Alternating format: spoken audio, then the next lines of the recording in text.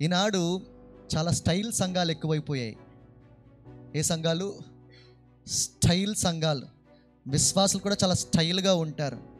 ఎలా ఉంటారంటే చక్కగా రెడీ అయ్యి లోపలికి వెళ్ళి నింపాదిగా కూర్చొని, గొంతు కూడా అలసిపోకుండా, ముఖానికి చెమట పట్టకుండా, బట్ట నలిగిపోకుండా, చాలా డిగ్నిఫైడ్గా ఏదో ఒక కార్పొరేట్ మీటింగ్లో కూర్చున్నట్టు, చుట్టూ డెలిగేట్స్ ఉన్నట్టు, ఎదురుగానే ముఖ్యమంత్రి ఉంటే ఎంత నెమ్మదిగా ఉంటామో అంత నెమ్మదిగా ప్రేయర్ చేసుకోవడం, నెమ్మదిగా పాట పాడడం, చప్పట్లు కొడితే చేతులు కమిలిపోతాయేమని చెప్పి ఇలా చప్పట్లు కొట్టడం, ఆరాధన చెయ్యండి అంటే ఇలా గమ్మున.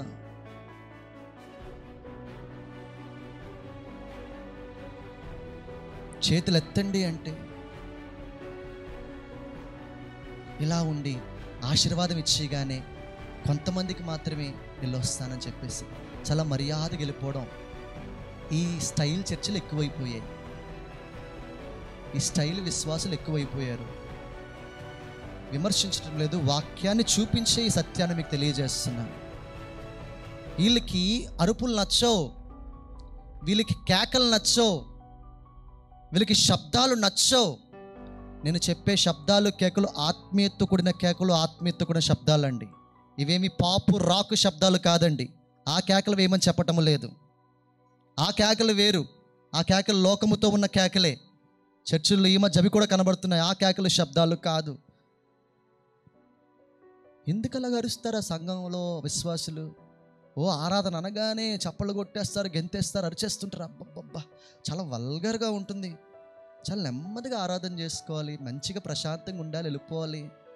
బైబిల్ తెలియని మూర్ఖులు, శక్తి అనుభవించలేనటువంటి విశ్వాసాలు అనుభవించినటువంటి అవిశ్వాసులు, దేవుణ్ణి మనసారా ఆరాధించే అనుభవం తెలియని అజ్ఞానులు వాళ్ళు.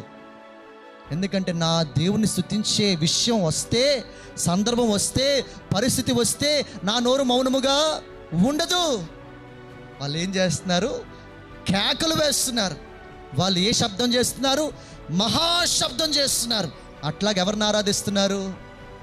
ఇప్పుడు అంటున్నాడు దేవుడు, వీళ్ళు మహాశబ్దాన్ని నువ్వు ఆపితే, వీళ్ళు కేకలు నువ్వు ఆపితే, ఇప్పుడు చదువుదాం తర్వాత మాట. ఆ సమూహంలో ఉన్న కొందరు పరిసయ్యులు, బోధకుడా నీ శిష్యులను గద్దించు. ఈరోజు క్రైస్తవులే గద్దిస్తున్నారు, అన్నాడు పరిసయ్యులు గద్దిస్తున్నారు, కానీ ఈనాడు క్రైస్తవులే గద్దిస్తున్నారు. ఏమంటే పాస్టర్ గారు ఆవిడ గట్టిగా అరిసేస్తుందండి, కేకలు వేసేస్తుందండి, తిరిగేస్తున్నారు, ఎక్కడ పడిపోతే తెలియట్లేదండి అంటారు. వాళ్ళకి తెలియదు ఆవిడ ఎంత ఆనందిస్తుందో ఆత్మలో, ఆయన ఎంత ఆనందిస్తున్నాడో ఆత్మలో. పరిసయ్యులు వచ్చి గద్దిస్తుంటే దేవుడు అంటున్నాడు, ఆయన వారిని చూచి వీరు ఊరకుండిన ఎడల ఈ రాళ్ళు కేకలు వేయనని చెప్పాను. సిగ్గుపడాలి ఒకవేళ ఈ మాట మన దగ్గరికి వస్తే.